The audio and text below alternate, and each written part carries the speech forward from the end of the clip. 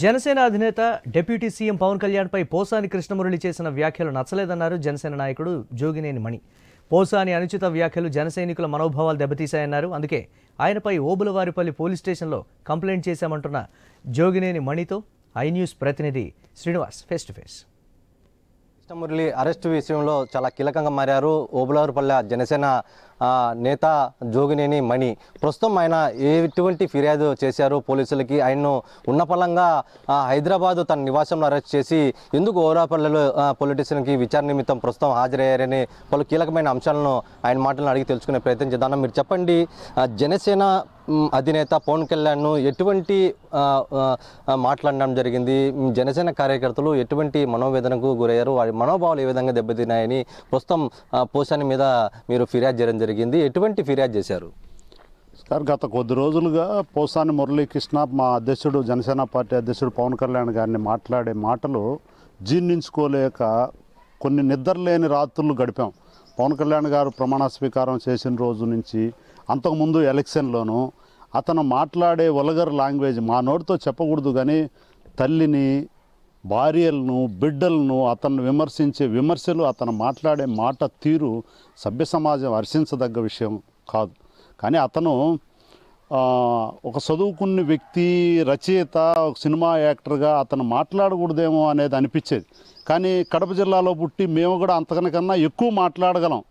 కానీ మా నాయకుడు మాకు అలాంటి సంస్కృతిని నేర్పించలా. మా నాయకుడు సనాతన ధర్మం గురించి ప్రపంచానికి తెలియజేసే అటువంటి నాయకుడిని అతను ఆ విధంగా మాట్లాడతాడంటే కళ్ళల్లో నీళ్లు కారిపోతున్నాయి. అతను మమ్మల్ని తిడతా ఉంటే, మా నాయకుడిని తిడతా ఉంటే, మా భార్యను, మా బిడ్డలను, మా తల్లిని తిట్టినంత ఆక్రోశం మాలో ఉండింది. లాస్ట్ టైం గవర్నమెంట్లో 2-3 మాటలు నేను కంప్లైంట్ ఇచ్చా, కానీ తీసుకోవాలా.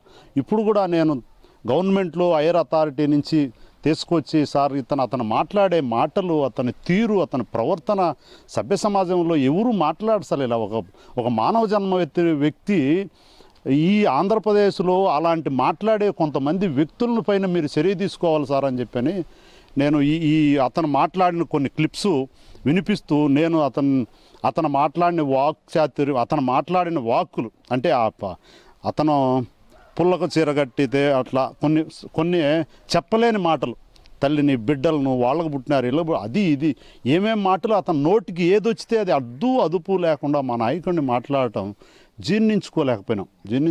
అంటే నిద్ర అతను దగ్గరుంటే, అతను దగ్గర అంటే టీవీలో చూచే కూడా టీవీ పగలగొట్టేద్దామా అనిపించేట్టుగా అతను మాట్లాడే మాటలు ఏ విధంగా ఉంటాయంటే, మేము అన్నం తింటున్నామా, లేదంటే ఇంకొకటి తింటున్నామా, ఎందుకు తినాలా, అన్నం ఎట్లా బతకాలా, అతను ఆ మాటలు మాట్లాడుతామంటే మా నాయకుడు, మేము పవన్ కళ్యాణ్ గారిని దేవుడి కన్నా ఎక్కువ చూసేవాళ్ళం.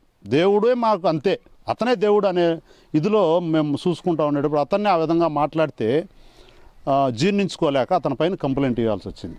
అన్న, మీరు చెప్పండి, అంటే ఎప్పుడు గత వైసీపీ ప్రభుత్వంలో తిట్టినందుకు ప్రస్తుతం మీరు ఇవ్వడం జరిగిందా? ఎప్పుడు ఇచ్చారు అసలు? పోలీసులను ఎప్పుడు ఆశ్రయించడం జరిగింది? ఎన్నిసార్లు ఇచ్చారు మీరు? వైసీపీ గవర్నమెంట్లో ఇచ్చాను, లాస్ట్ టైం ఎలక్షన్ ప్రచారంలో ఇచ్చాను.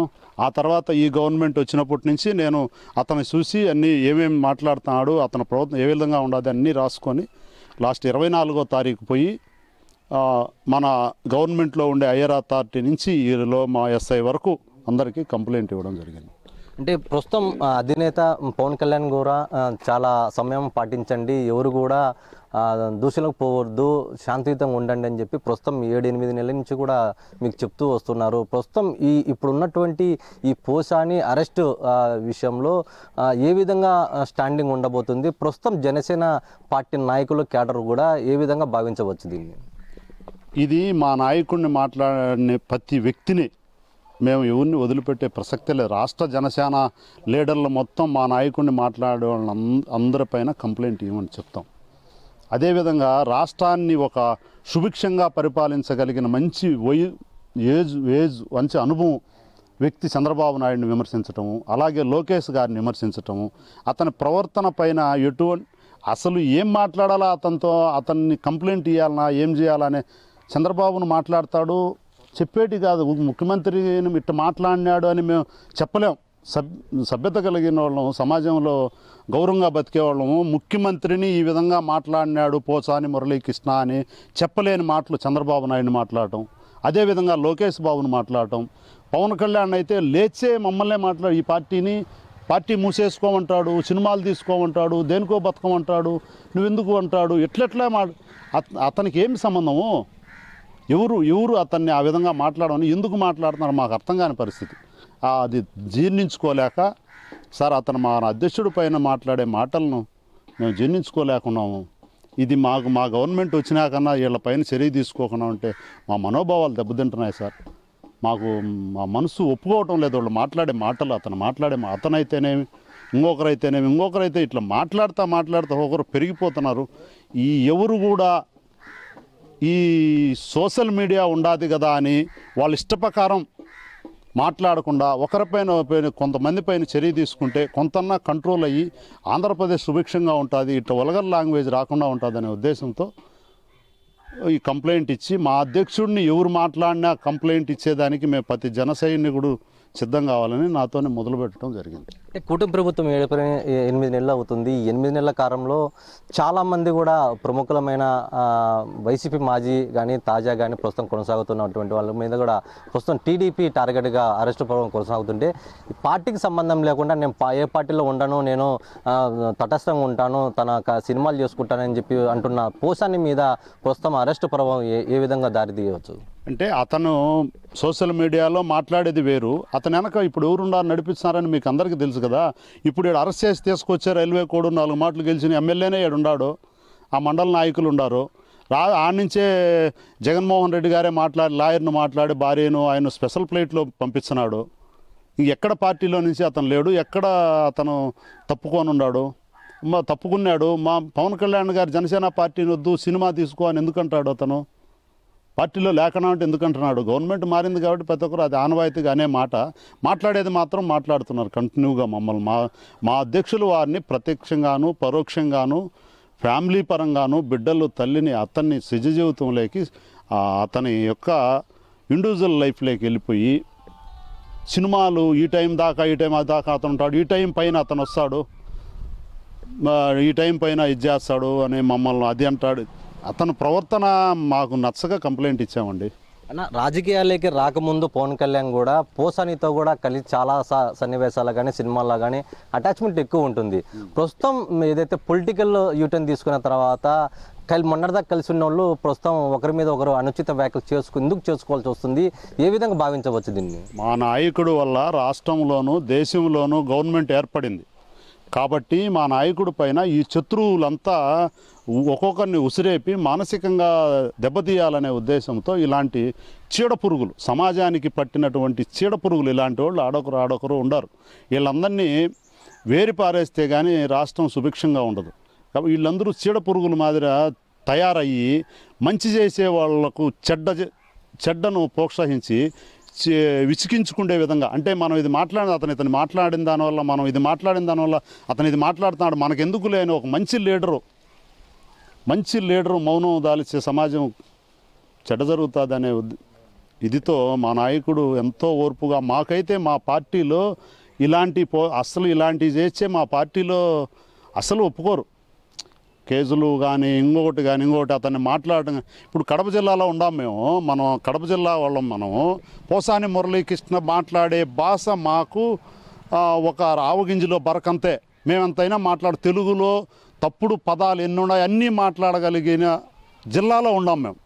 అదే కాన్స్టెన్సీలో ఉన్నాం. మా కాన్స్టెన్సీకి ఇటు తమిళనాడు చిత్తూరు జిల్లా, ఇటు అనంతపురం జిల్లా, ఇటు కర్నూలు జిల్లా, ఇటు నెల్లూరు జిల్లా మధ్యలో ఉన్నాం మేము.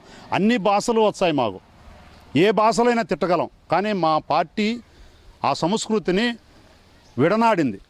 ఆ సంస్కృతిని మనకు లేదు మన పార్టీలో